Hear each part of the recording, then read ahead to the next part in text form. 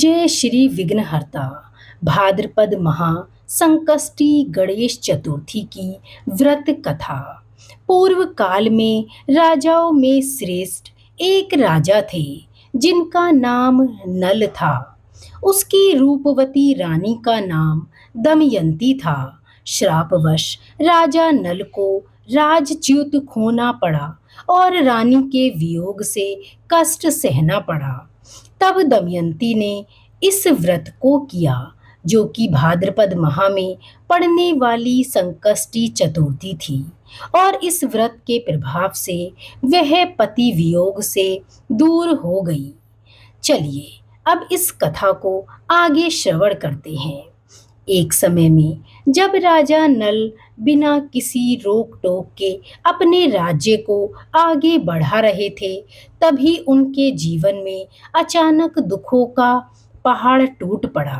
राजा नल के ऊपर विपत्तियों का पहाड़ टूट पड़ा क्योंकि डाकुओं ने उनके महल से धन, गजशाला से हाथी और घुड़शाला से घोड़ों का हरण कर लिया तथा महल को पूर्ण रूप से अग्नि में जलाकर नष्ट भ्रष्ट कर दिया।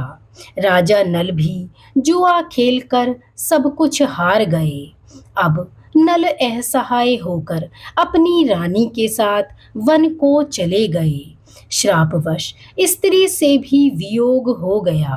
कहीं राजा और कहीं रानी दोनों दुखी होकर देशाटन करने लगे। एक समय वन में दमयंती को महर्षि शरभृंग के दर्शन हुए।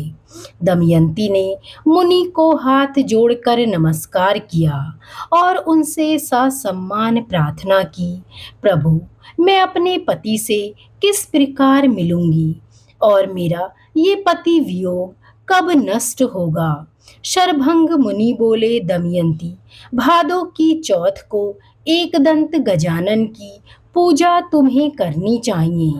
तुम भक्ति और श्रद्धा पूर्वक गणेश चौथ का व्रत करो, तुम्हारे स्वामी तुम्हें अवश्य ही मिल जाएंगे।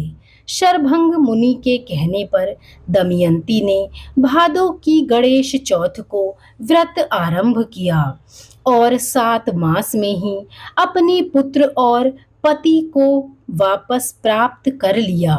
इस व्रत के प्रभाव से नल को अपने जीवन में मिलने वाले सभी सुखों को पुनः प्राप्त कर लिया।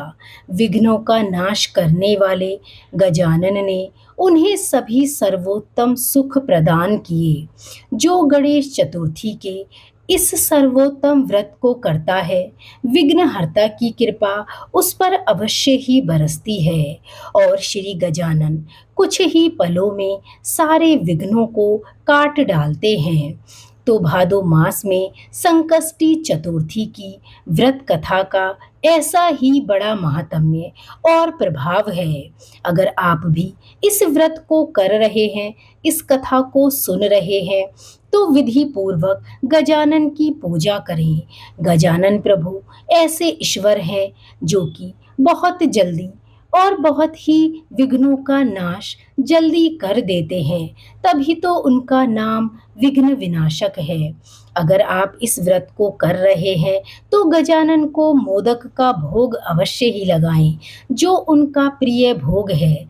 कथा अच्छी लगी हो तो लाइक और शेयर करें। हमारी प्रार्थना है कि गजानन आपके जीवन से सभी दुखों का, सभी संकटों का और सभी विघ्नों का नाश करें और आपको हमेशा तरक्की दे। बोलिए विघ्नहर्ता की जय।